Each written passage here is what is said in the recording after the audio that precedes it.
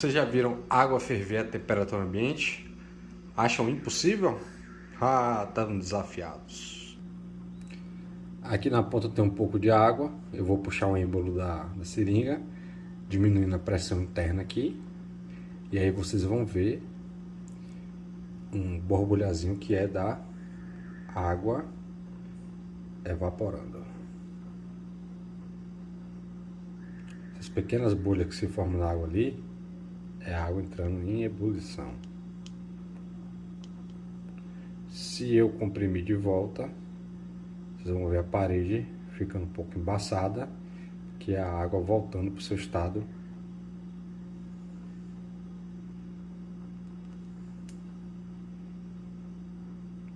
se condensando. Tá vendo na parede a água se condensando?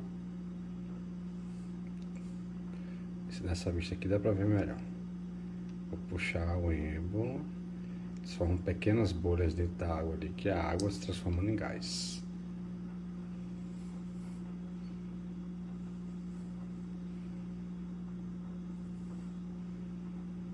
E aqui ela se condensando na parede do tubo, quando a pressão aumenta. Agora eu vou explicar para vocês por que isso acontece. Esse aqui é o diagrama de fases para qualquer substância. Lógico, essas linhas vão mudar para cada substância. Esse diagrama ele correlaciona a pressão, eu tinha colocado o volume aqui, desculpa, é temperatura, pressão e temperatura em que a substância está sujeita, certo? Bom, para um valor de pressão e temperatura, no caso a água aqui como nossa referência, que esteja nessa área aqui, toda a área dentro dessa linha, o corpo vai estar no estado sólido. Toda a área, todo ponto de pressão e temperatura em que o corpo esteja, qualquer ponto aqui, ele vai estar no estado gasoso.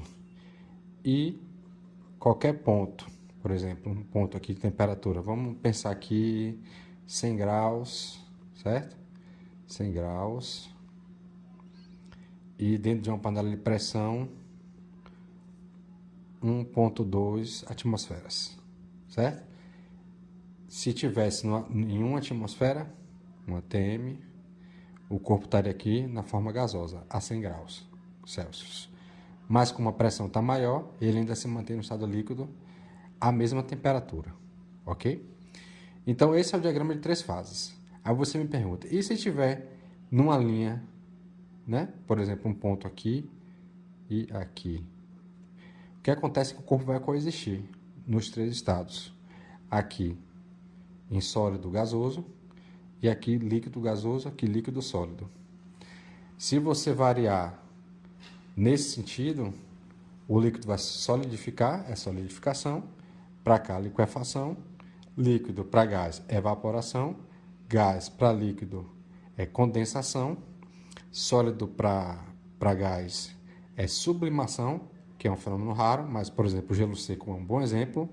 É um material que na temperatura ambiente e a 1 atmosfera, que é a nossa pressão normal, ele vai direto para sólido e gasoso.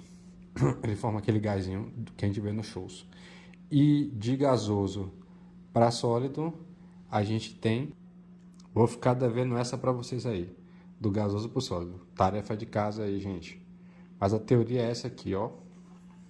Isso é muito interessante. Inclusive, existe o chamado estados supercríticos, que são muito usados, por exemplo, para você extrair a cafeína, por exemplo, de um grão de café, de uma forma eficiente, usando gás carbônico.